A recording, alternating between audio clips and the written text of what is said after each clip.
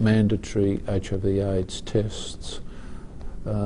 Now, that's not one of the things which is supported in the ILO Code of Practice, but if that is a situation we have to deal with, then the ILO is working with the Ministry of Health and the Ministry of Manpower to make sure that the testing is conducted in a safe manner, that there is counselling and information provided to the people who are going to be tested so that they know what the testing is about and they will understand the results of the testing. Memang, dokter di klinik tempat tes kesehatan memberitahu kalau kita sakit dan memberi keterangan untuk apa kita dites.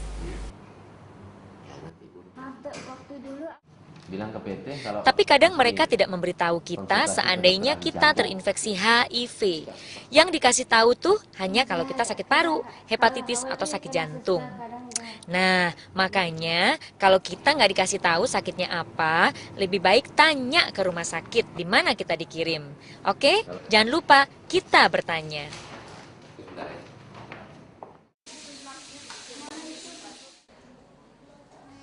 Di tempat penampungan, calon TKI yang siap berangkat ke luar negeri tidak hanya mendapat pelatihan keterampilan. Mereka juga mendapat penyuluhan tentang kesehatan dan HIV/AIDS. Kita terinfeksi HIV/AIDS itu kita tidak tahu bahwa kita terinfeksi karena tidak menunjukkan gejala dan itu dalam beberapa tahun. Nah, siapa saja yang terkena HIV/AIDS? Mereka yang terkena HIV/AIDS itu pada umumnya dua hal.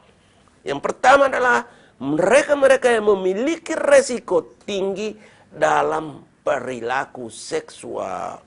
Artinya ganti-ganti pasangan seksual tanpa menggunakan pengaman. HIV ada di cairan tubuh berikut: darah, air mani, cairan vagina, dan air susu ibu. Orang dengan HIV akan tampak sehat atau tidak kelihatan sakit. Dalam tahap AIDS, penyakit akan mudah masuk. Sampai sekarang HIV belum ada obatnya. Ih, serem ya. Agar tidak terinfeksi HIV, ketahuilah cara menghindarinya. Bagaimana cara HIV menular? HIV dapat menular melalui hubungan seks, anal, oral, atau vaginal, tanpa kondom dengan orang yang terinfeksi HIV. Penggunaan jarum suntik atau alat cukur bersama orang yang terinfeksi HIV. Transfusi darah yang tercemar HIV. Ibu hamil yang terinfeksi HIV kepada bayi di dalam kandungannya.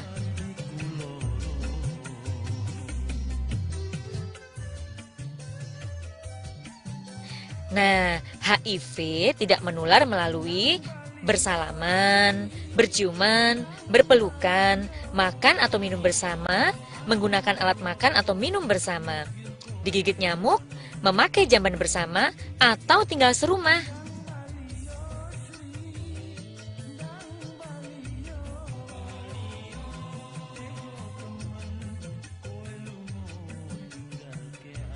Nah, bagaimana mengetahui orang yang sudah terinfeksi HIV? Kalau hanya dilihat, kita tidak bisa mengetahui orang yang terinfeksi HIV, karena orang yang terinfeksi HIV terlihat sama seperti orang sehat. Untuk mengetahui apakah sudah terinfeksi atau belum, harus tes HIV. Di Indonesia sudah tersedia pelayanan tes HIV pada LSM, rumah sakit, atau puskesmas. Bagaimana supaya kita terhindar HIV? Carilah informasi, tidak berhubungan seks sama sekali, saling setia dengan pasangan, gunakan kondom, dan tidak bertukar jarum suntik ataupun alat tajam lainnya. Kondom dapat mencegah pertukaran cairan tubuh. Setiap berhubungan seks sebaiknya pakai kondom. Pakai kondom sama dengan 10.000 kali lebih aman dari terinfeksi HIV. Pastikan pemakaian kondom dengan benar.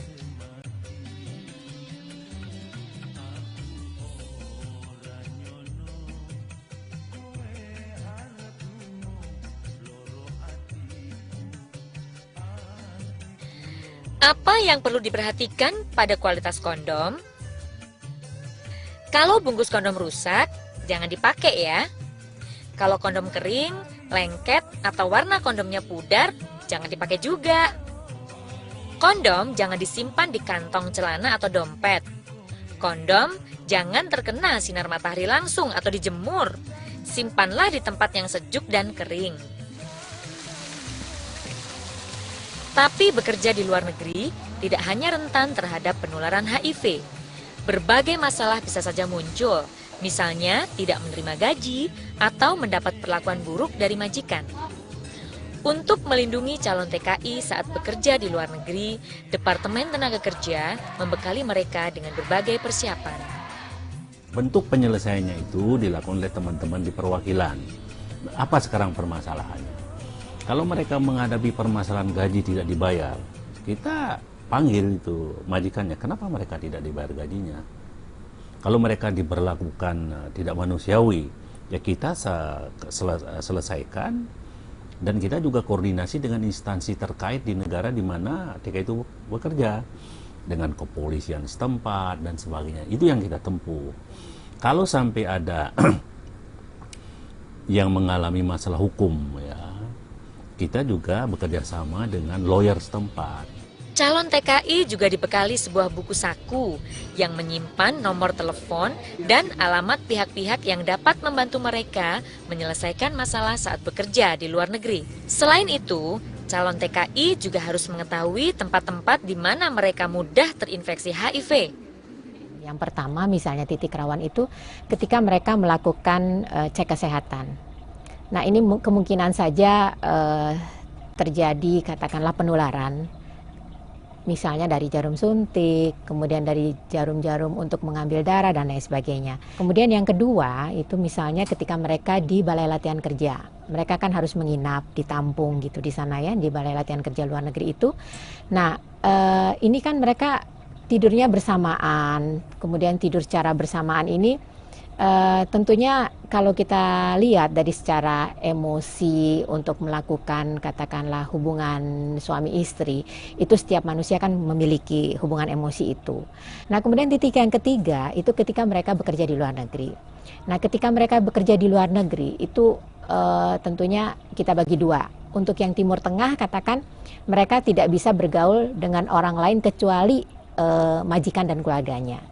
Nah, tentunya titik-titik di tempat majikan ini pun bisa saja terjadi, misalnya dengan majikan laki-lakinya atau majikan perempuan dengan katakanlah supir dan lain sebagainya. Kemudian kalau di Asia Pasifik mereka kan punya hari libur.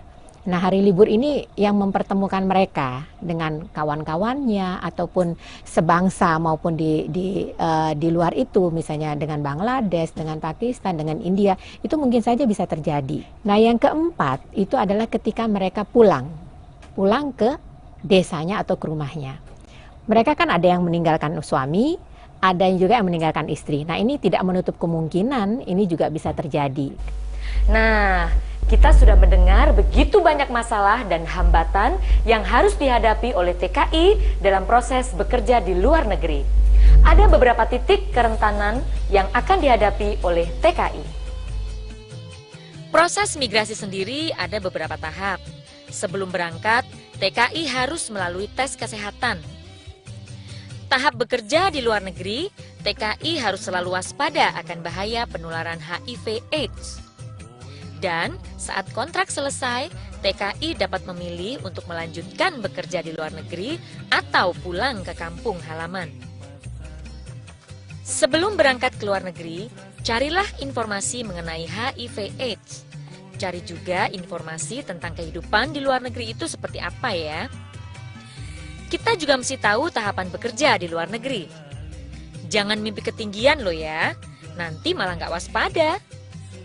Saat sudah bekerja di luar negeri, kita hidup jauh dari keluarga. Apakah itu suami, istri, orang tua, atau anak? Nah, Harus hati-hati nih menghadapi rasa kangen. Jangan sampai berhubungan seks tapi nggak pakai kondom. Wah, bisa beresiko tertular HIV tuh. Cari tahu di mana kita bisa berobat kalau sakit, biar sakitnya nggak tambah parah. Perlu diingat juga, majikan itu macam-macam. Ada juga yang menyuruh kita kerja berat, tapi gajinya sedikit. Bisa juga kita diperlakukan kasar atau dilecehkan secara seksual. Kalau terjadi yang seperti itu, jangan takut untuk melapor ya. Bener loh ya. Nah, satu lagi yang penting nih. Jangan sampai terinfeksi HIV hanya karena tidak tahu informasi apa dan bagaimana mencegah HIV. Selesai kontrak, kadang-kadang kita merasa uang yang kita kumpulkan belum cukup banyak untuk keluarga di kampung. Nah, jangan sampai malah bekerja ilegal. Maksudnya kerja nggak pakai surat-surat itu loh. Jadi PSK lah, atau jadi wanita penghibur. Waduh, nanti bisa-bisa malah dideportasi atau dipulangkan dengan paksa. Belum lagi resiko kena HIV/AIDS. Ih, serem ya dolor ya. Inilah suasana hari libur di luar negeri saat ribuan tenaga kerja Indonesia berkumpul. Mereka bercanda, bernyanyi, menari, arisan, sampai pacaran. Berkumpul dengan teman senasib merupakan salah satu cara untuk mengobati rasa rindu pada kampung halaman. Dulu waktu aku ini terus terang aja ya, waktu aku tergiur tapi teman-teman nggak boleh ngikutin diajak teman-teman kan aku suka ke disco itu, tapi dalam rangka ke disco itu aku nggak minum minuman keras, cuma ingin bikin hatiku seneng gitu aja. Tapi alhamdulillah cuma berapa bulan itu aku disembuhkan sama orang tua aku. Orang tua aku bilang, aku telepon, Iin kalau kamu mau memang niat foya-foya, kamu pulang aja deh, nggak usah kerja gitu. Jadi aku sadar itu. Terus yang terakhir ini berhenti dari disco. Kalau dengar-dengar dari orang sih memang ada yang pacaran gitu sama itu Pakistan sama apa, memang ada. Tapi gimana ya namanya, kalau bagi yang udah rumah tangga mungkin ada rindu kebutuhan gitu ya, mungkin lupa kirim uang untuk senang-senang sama orang lagi, itu juga ada, tapi nggak semuanya gitu sih ya, ada juga yang gitu tapi nggak semuanya. Tapi yang jelas aku sendiri nggak tahu itu, aku cuma dengar dari teman-teman ada yang gitu. Untuk aku bilang yang sungguh nanti yang lain marahin aku juga nanti. Gitu. Ya ada juga sama Pakistan, India itu ada. Katanya kalau yang sama Pakistan, India itu katanya itu menggerogotin gitu loh, mengambil keuntungan dari kita gitu. Katanya ada yang tuh tidur terus ditinggal, kalau sudah bosan ditinggal, itu memang ada katanya, tapi aku sendiri kurang jelas ya. Tapi yang baik juga ada, yang lain cuma duduk-duduk di taman itu banyak. Ya kita ya kalau di taman itu ya seperti dari rumah majikan, masak-masak sendiri untuk dimakan satu teman gitu, untuk kumpul-kumpul gitu. Terus kalau gitu habis makan-makan joget-jogetan di taman gitu, satu kelompok gitu loh. Ada juga yang sama laki-laki masuk gitu juga banyak gitu. Bekerja di luar negeri memang banyak godaannya loh.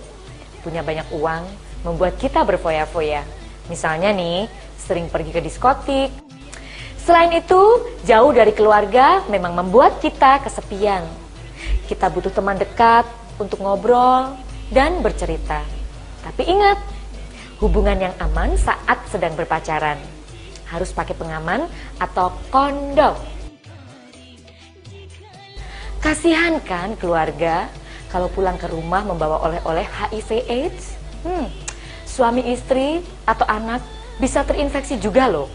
Tapi itu semua mesti didukung oleh keluarga yang ditinggalkan. Kangen sama istri atau suami yang sedang bekerja di luar negeri, itu biasa. Tinggal bagaimana kita mencari obat penawar rindu yang bermanfaat.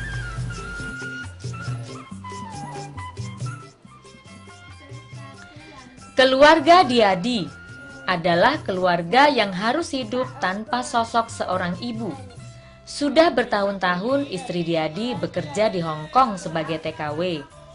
Walhasil, dua anak mereka menjadi tanggung jawab